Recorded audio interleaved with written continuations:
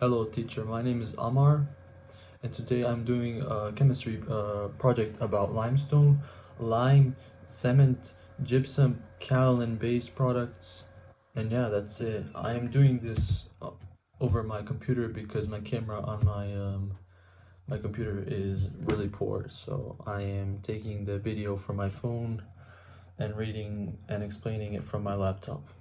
Okay, now we can begin. Okay, so let's take a look. So as you can see, okay, my first slide is about limestone. Limestone is by definition a rock that contains at least 50% calcium carbonate in the form of calcite by weight. All limestones contain at least few percent of other materials. These can be small particles of quartz, felzers, clay minerals, pyrite, siderite, and other minerals. Limestone consists of a calcium carbonate which has the chemical formula of CaCO3. Limestone is formed in two ways. So it's formed in two ways.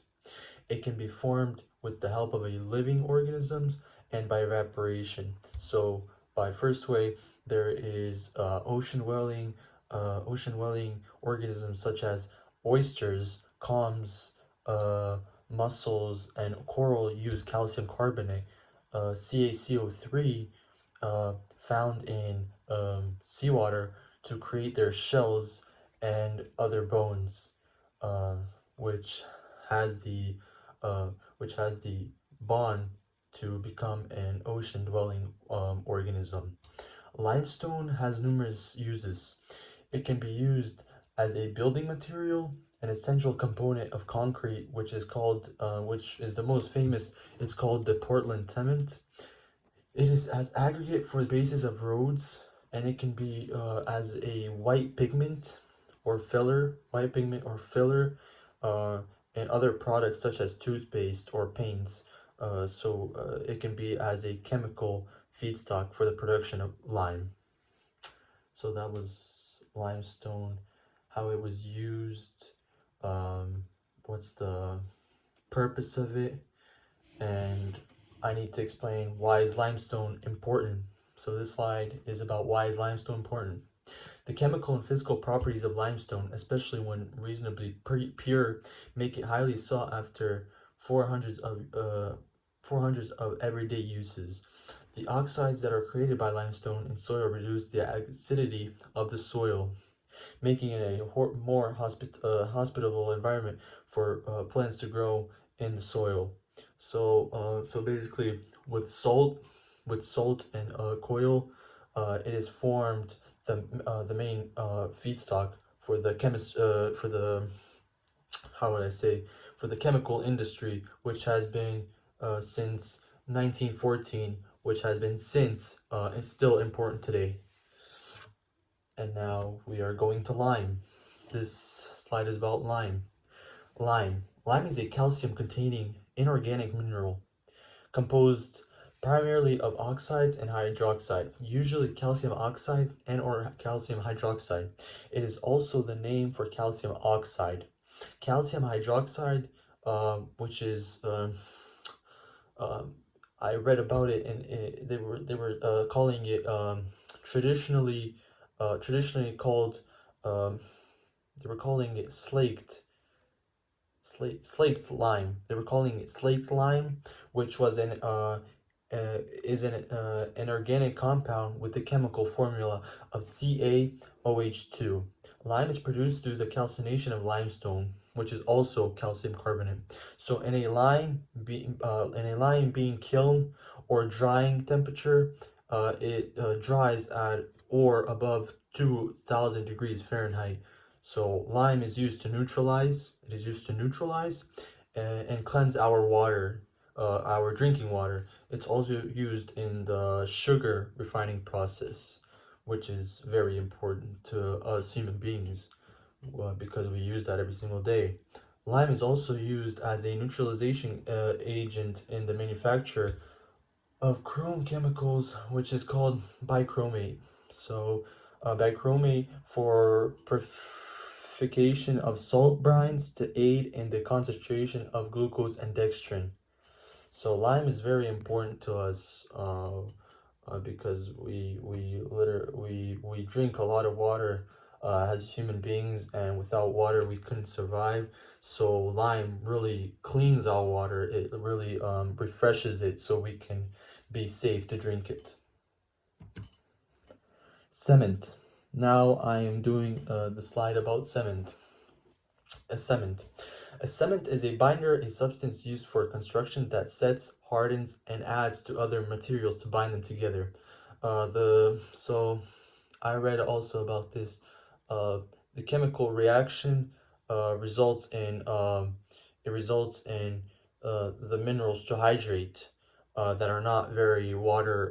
How would I say? They're not water approved. They're not very water soluble. So they're not water soluble and so are quite durable in water. And so Portland cement is made up of four compounds, which is tricalcium silicate, which is 3CaO SiO2, and then there is dicalcium silicate, which is 2CaO SiO2, and there is tricalcium aluminate, which is 3CaO Al2O3, and a tetracalcium aluminoferrite, which is 4CaO A12O3Fe2O3. I read that wrong. It was aluminoferrite 4CaO Al2O3Fe2O3. So cement starts to set when mixed with water. It causes hydration chemical reactions. So the water causes a series of hydration chemical reactions. They slowly hydrate, and the mineral hydrates to solidify and to harden. The cement is an extremely important construction material. It is used in the production of many structures that make up the modern world, which we use to include in buildings, we use them in bridges, we use them in harbors, we use them in highways, and many more things such as roads and other constructional buildings. Now I'm gonna talk about gypsum. So, gypsum is a soft sulfate mineral composed of calcium sulfate dihydrate with the chemical formula of CaSO4 2H2O.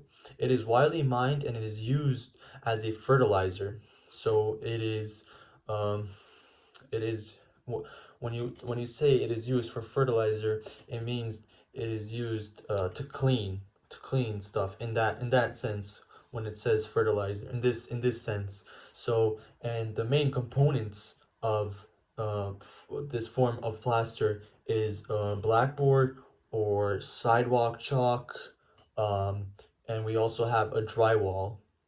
So the crystals can also be quite large. Gypsum is a natural insulator. So what does an insulator mean in this case?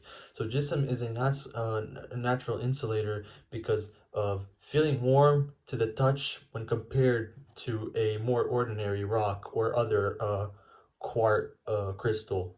So it is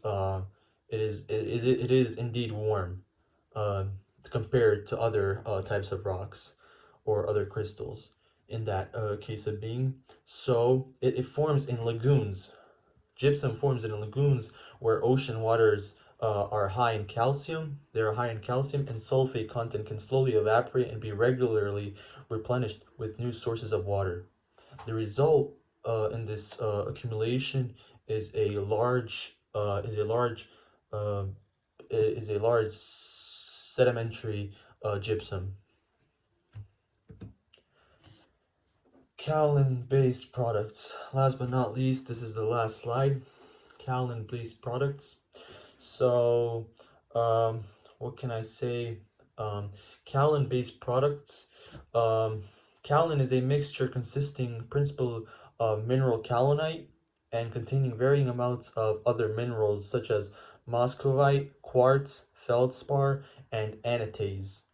Kaolin is a plastic or raw material, particularly consisting in of clay, and mineral kaolinite. So clay and mineral kaolinate.